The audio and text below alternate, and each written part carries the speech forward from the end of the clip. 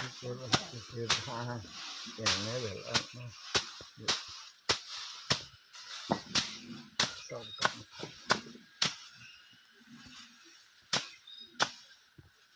कहते जब वीडियो बना के आप की करा तो दिलियो।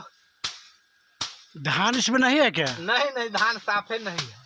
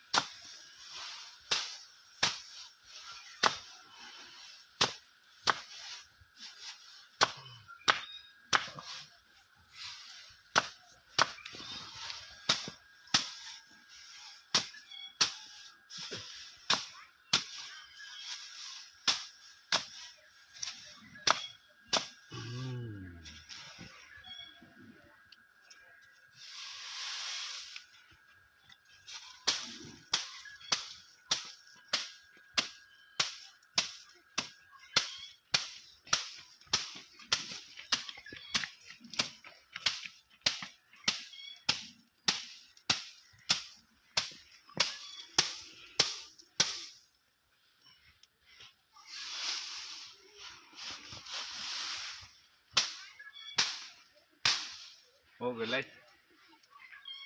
ये कितना धान का खेती किए थे आप? 4 बीघा। सब में यही फसल है धान का? सब में ही फसल है। कितना 4 बीघा में कितना अनाज हुआ होगा? 4 बीघा में 80 कुंटल। अभी कितना हुआ है? अभी तो कुछ नहीं हुआ। क्या नाम हुआ? संतोष कुमार यादव। ग्राम रसलपुर, थाना औराई, जिला मुजफ्फरपुर।